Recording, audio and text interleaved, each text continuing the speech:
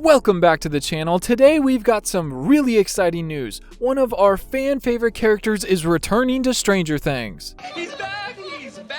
I'm back! I think most of us will be really happy to hear this, but unfortunately, along with the good news comes some bad. Just as they've announced the return of one of our favorite characters, they have also canceled the origin stories of another. Now I know the world of Stranger Things is slow in between seasons, but every now and then we get a glimpse of hope. They toss us a breadcrumb of light just to make the years in between seasons not seem so bad. But does it help, you might ask? Maybe. Personally, I'm really excited for what's coming later this year for Stranger Things, and surprisingly enough, now we have something else to look forward to. They have just announced that Eddie Munson will be officially returning to the world of Stranger Things this year. Thank goodness. I know they made him to be a fan favorite character on purpose, but even still, I don't think that they were anywhere near expecting the reaction the fans had to him. I mean, the fans went feral over him, and you know I'm not exaggerating. I guess that means they were listening, but they have announced that Eddie will be returning in his very own book titled Flight of Icarus. The thing that has me hooked on this book is that the author that is writing it, Caitlin Schneiderhan, is also writing Stranger Things Season 5. Well, not right now because of the writer's strike, but you know what I mean. Could this be one of the first Stranger Things books that is actually tied to canon? Are we going to see Eddie come back in Season 5 at all? This book will be a prequel book. More specifically, it's going to take place in Season 2 of Stranger Things, which I think is awesome. Not only are we getting new Eddie lore, but also it has the ability to tie into the show, giving us Eddie's perspective for some of the Stranger Hawkins activities from Season 2, as well as be the closest book to canon. All the others were created in loose canon, meaning as far as the show, whatever the Duffers change or put in the show is actually canon, and everything else is up in the air. Could be true if the Duffers want to mention it in the show, or if they want to change things up, they could easily retcon any book previously written. But I mean, with this new Eddie book, the author is also writing Season 5 at the same time. Coincidence? I'll leave that up to you to decide. Also, don't forget to subscribe if you enjoy the video. It's totally free and it really helps out the channel. Now, I would not be surprised if they're going to use this to connect the characters and give us more Eddie backstory that will make us care about him even more. I don't know if you remember, but after Season 4's finale, I made that video explaining how Eddie could actually survive his death in the Upside Down. I really enjoyed that video, and I think it's entirely possible that we see him even just a little in Season 5. If you haven't watched it yet, I'll tag it at the end of this video so you can go watch it after, because honestly, a lot of the points we covered led to his return, and now they announced this. Personally, I felt like Eddie's death just wasn't worth it. I know they were trying to pull a Billy and a Bob Newby and have him save everybody and die a hero's death, but honestly, it didn't even seem like that dire of a situation. Just a quick recap because it's been a while. Final episode of Season 4, the kids split up into two teams to finally defeat Vecna. Max and Lucas go into the Creel house in the real world to bait Vecna into going after Max, but to do so, he has to go into that trance where he's vulnerable. Once he's going after Max, Eddie and Dustin lure the Demobats away from the Creel house in the Upside Down where Vecna actually is, and then once the coast is clear, Robin, Nancy, and Steve go in guns a-blazing, throwing Molotovs, hopefully one-shotting Vecna. They basically use the guitar and the amps to distract the bats to leave Vecna unprotected. They play until the horde of bats gets close, and then they dip and head back to the portal. The plan is to hold out in the trailer and hope they go away, I guess. Maybe they can't go into the real world through the portal, so Dustin and Eddie escape and then they're just stuck there. But I mean, Demogorgons have come through, so what's stopping the bats?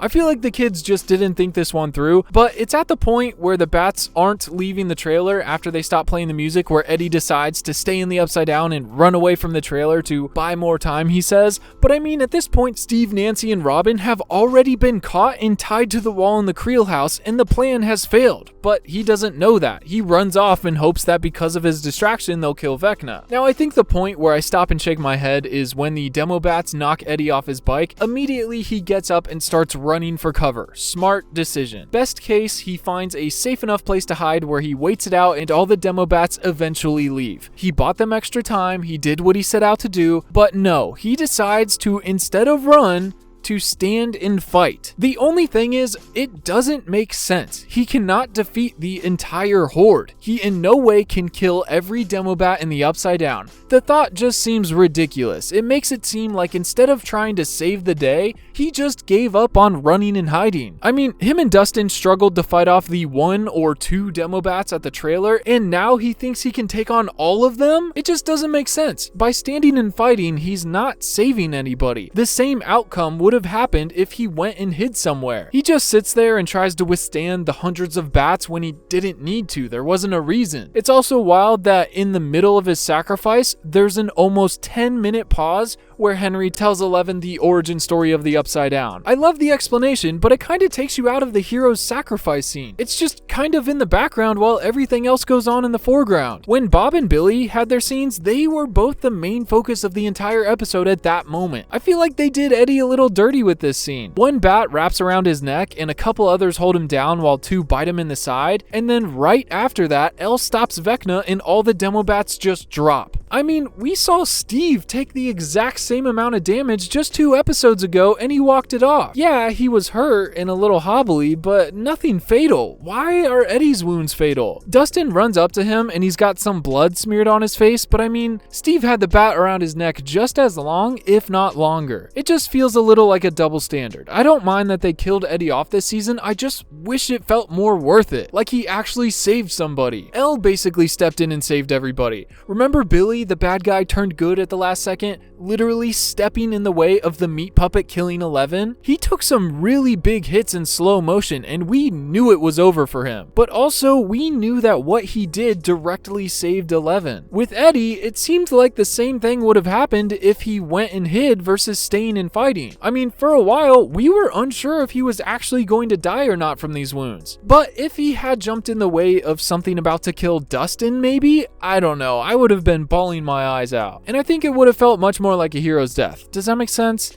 And I didn't really like how badly they breezed over his death. Not only was his sacrifice scene already in the background of everything else going on, but for how much time they spent developing Eddie's relationship with each person of the gang, from Mike in the Hellfire Club to him becoming friends with Steve, and he even got somewhat close with Robin and Nancy during their plotting against Vecna. I cannot believe that for how much everybody grew to love him, they didn't show any scenes of anyone even acknowledging his death except for Dustin. That is crazy. There's also a behind the scenes photo of a scene they shot of Eddie being wheeled away on a stretcher. It's super weird. I don't know why we didn't see this, or for that matter, how they even got his body out of the Upside Down, because for all we know, his corpse should still be in there. Which leads us right into his return. The Eddie surviving his death theory revolves around Vecna using his corpse in the Upside Down and temporarily resurrecting him. I mean, it's a little out there, but I mean, I don't think he got a proper send-off, and the same writer is working on the Eddie book as well as season 5. I wouldn't be surprised if they're giving us some more wholesome backstory to Eddie just to prep us for a final send-off in the beginning of season 5. The book will be a prequel, like I mentioned, that takes place in 1984, or in season 2. That means Eddie is still in high school at this time, and the gang is in the middle of going up against the Mind Flare for the first time.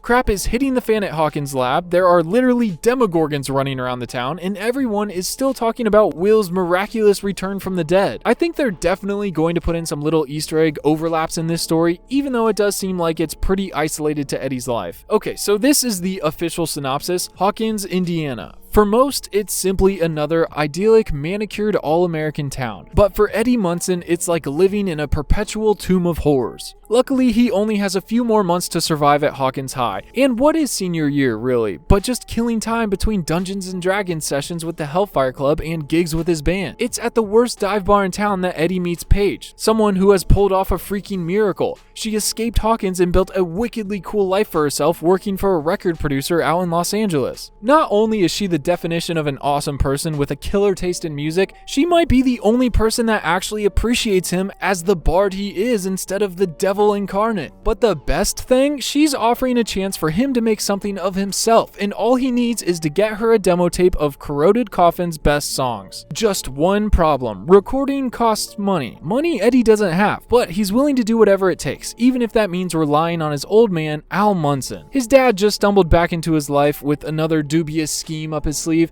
and yet Eddie knows this is his only option to make enough dough in enough time. It's a risk, but if it pays off, he will finally have a one-way ticket out out of Hawkins. Eddie can feel it. 1984 is gonna be his year. This is awesome. Not only are we going to get a early look at the Hellfire Club, but we're also going to see him in his first senior year before he got held back twice. We're also going to meet his dad, who obviously doesn't make it into season 4, and Eddie has a chance with a real record label. Unfortunately, I feel like it might not end in his favor since he's still stuck in Hawkins in season 4. I think this sounds like a great little Eddie prequel story. I'm kind of curious what tie-ins to the show they're going to try to sneak in. I wouldn't be surprised if Steve wanders by, or maybe Nancy, or even better yet, maybe Chrissy. That would be so cool. If they did put her in, I feel like it could only be a one-way interaction where he sees her or thinks something about her, just because she seems to have to take a minute to remember who he is when they officially meet in season 4. I don't know, maybe it's a small bump into each other and she just forgets it. Who knows? It's also pretty funny that it already sounds like Eddie will be jumping at the bit to get out of Hawkins just like everyone else in this town. Hopper felt the same way in his prequel book, Darkness on the Edge of Town. He couldn't wait to get through high school and join the army just to get out of Hawkins. It kinda sucks that Eddie never got to make it out of Hawkins before he died. But I love these books that they're making. I'm really excited Schneiderhan is writing this one since she's working on season 5 as well. I feel like it would be really cool to get a Henry Creel book as well. His entire backstory was explained through monologuing, so I feel like a book from his perspective would be perfect. And I know we have the live stage play coming out this year, which looks to be focused on Henry and his family moving to Hawkins, but I'm just not sure how much internal dialogue they can translate through a stage play. Plus, it'll probably only be 2 hours long, and they're also throwing in young Hopper, Joyce, and Bob Newby, so if they wanted to give him a book for his origin to take a deeper dive into his powers developing and all his feelings he harbored, a 6 to 8 hour book would be the perfect thing for that. I'm worried we're not going to see much flashbacks in season 5 of Henry or anything too deep explained, just because we already have so many loose ends to tie together with saving apocalyptic Hawkins and dealing with all the upside down monsters and defeating Vecna. I'm sure we'll get a little with Will relating to Henry when he was younger. I think that's going to play a large role this season, but I'm not sure I'll get all my questions answered on his backstory. And unfortunately, the Dr. Brenner origin comic that was supposed to come out this year has been canceled. It was called The Many Ghosts of Dr. Brenner, and it was a prequel story as well, following Brenner and what seemed to be some of his very first tests on children, or possibly a child of his own that he lost. My guess is that they had to cancel it just because it would contradict with season 5 when it releases. We're supposed to be getting more Brenner and MK Ultra flashbacks to when he took Henry in, but if they're writing something different for the comic, it would almost surely not line up for what's coming next. Kinda sad, but I can also see why they had to put it on hold. I still wouldn't mind seeing the comic just out of curiosity, knowing it's not in canon. Either way, I can't wait for this new Eddie book to come out. Maybe I'll make a video on it when it drops. I think right now it's supposed to release on Halloween this year, so fingers crossed. Thank you so much for watching. Go watch this other Stranger Things video, and until next time, I will see you in the comments. Peace.